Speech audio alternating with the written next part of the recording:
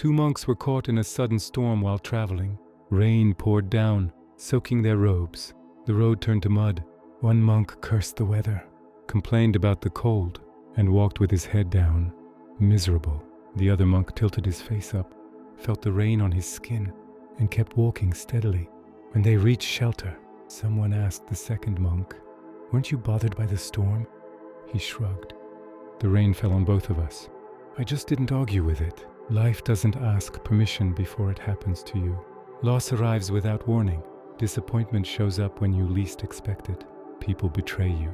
Plans fall apart. The body gets sick. Circumstances shift in ways you can't control. And in those moments, it's easy to believe that what happened is the problem, that if only the event hadn't occurred, you'd be fine. But the teaching point's elsewhere. It says what happens to you is not the determining factor. What you do with what happens, that's what shapes your life. The Buddha's teaching is direct. Pain is inevitable. Suffering is optional. Pain is what life delivers, the loss, the injury, the disappointment. Suffering is what you add through your response, the resistance, the rumination, the refusal to accept what is. Two people can experience the same event and have completely different outcomes, not because the event was different, but because their relationship to it was different.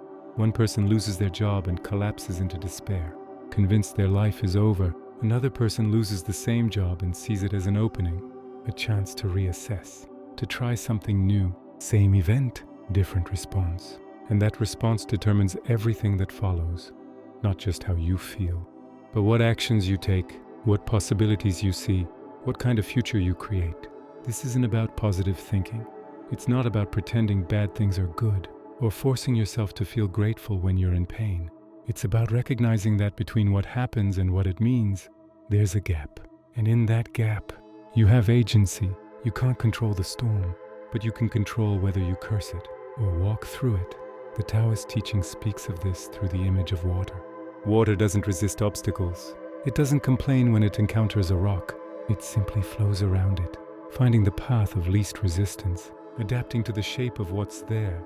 It doesn't waste energy fighting reality. It works with reality, and in that flexibility, it's powerful. It moves mountains, not by force, but by persistence and adaptability.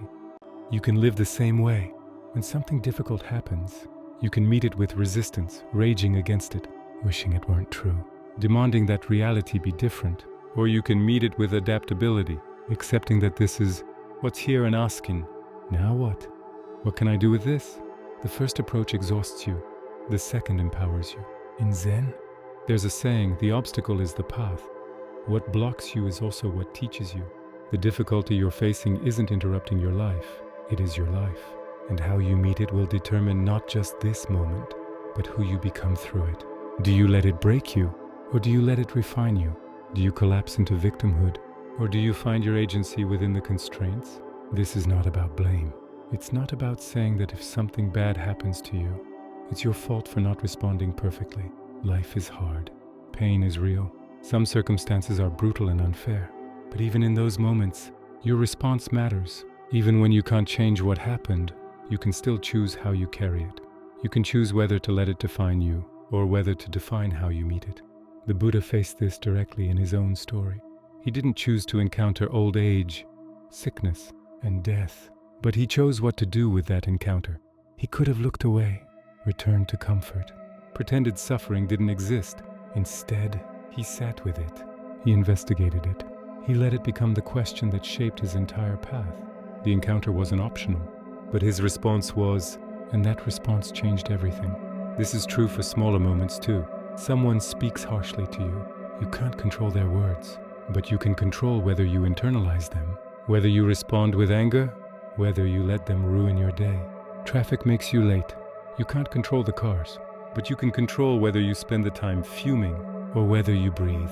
Accept it and use the time to listen to something, to think, to just be. Every moment offers this choice. Not always an easy choice, not always a clear choice, but a choice nonetheless. What happened already happened. The only question that remains is, what will you do with it? This doesn't mean you have to be perfect. You'll react poorly sometimes. You'll get swept up in anger or despair. You'll forget that you have agency. But the practice is in remembering. It's in noticing when you're lost in the story of what happened and asking, okay, but what can I do now? What's still within my control? How can I move forward from here? The teaching doesn't promise that life will be easy if you respond well.